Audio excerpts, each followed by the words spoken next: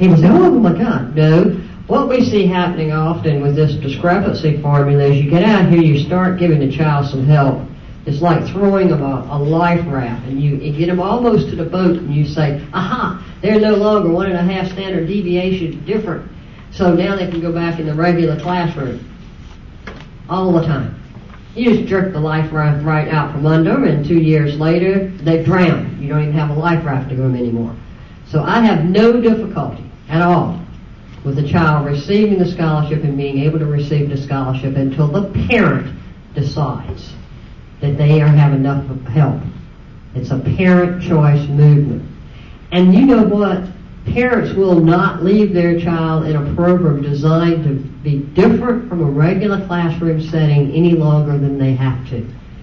We do not, whenever we got one ready to go back, mainstream back, we have sometimes trouble getting the parent to understand it's okay, they can do it.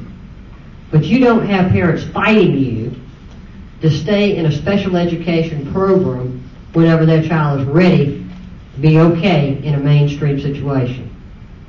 Parents do know what is best for their child.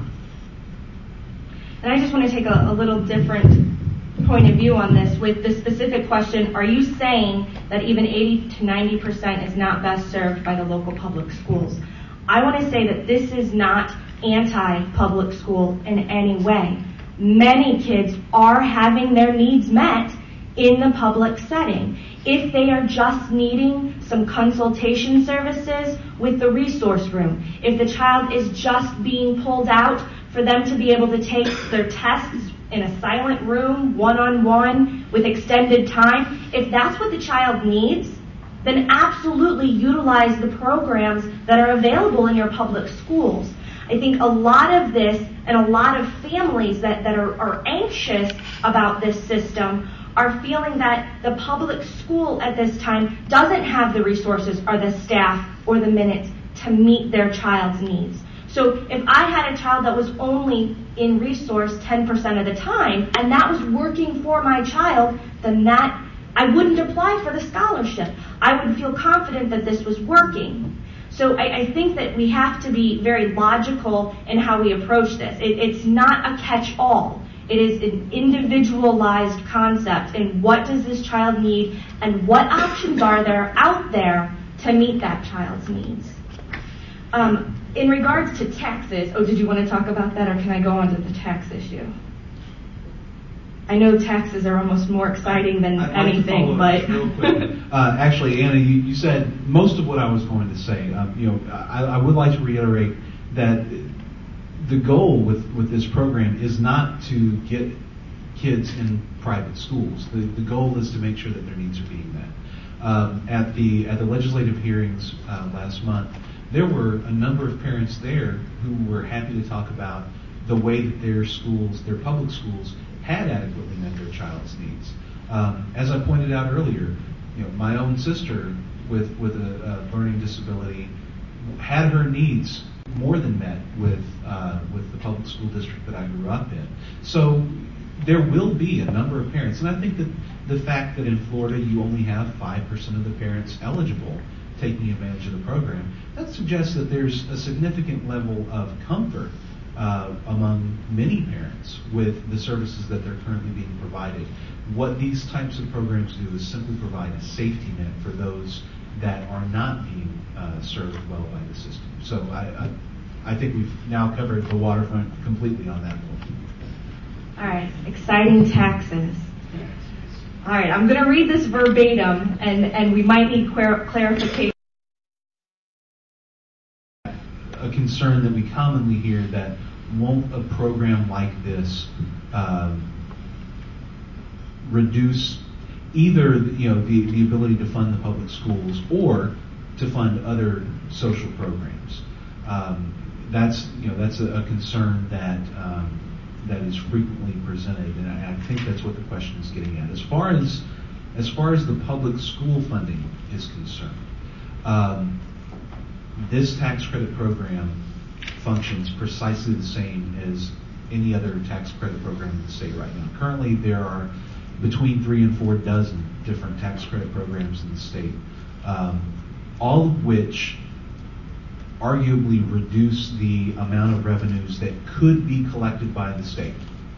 But the reason that those tax credits are in place is because they provide a parallel benefit to the state.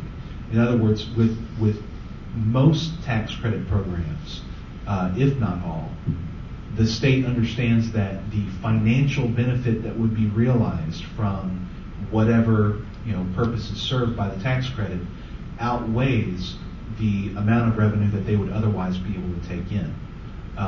So with this program, just like any other, yes, at the end of the year, the state could bring in more money, but the benefit received by this kind of charitable giving and the recipients of the charitable giving is understood to outweigh whatever financial detriment. So, for example, with this example, it will make the public schools more efficient, and it will also provide them with more resources.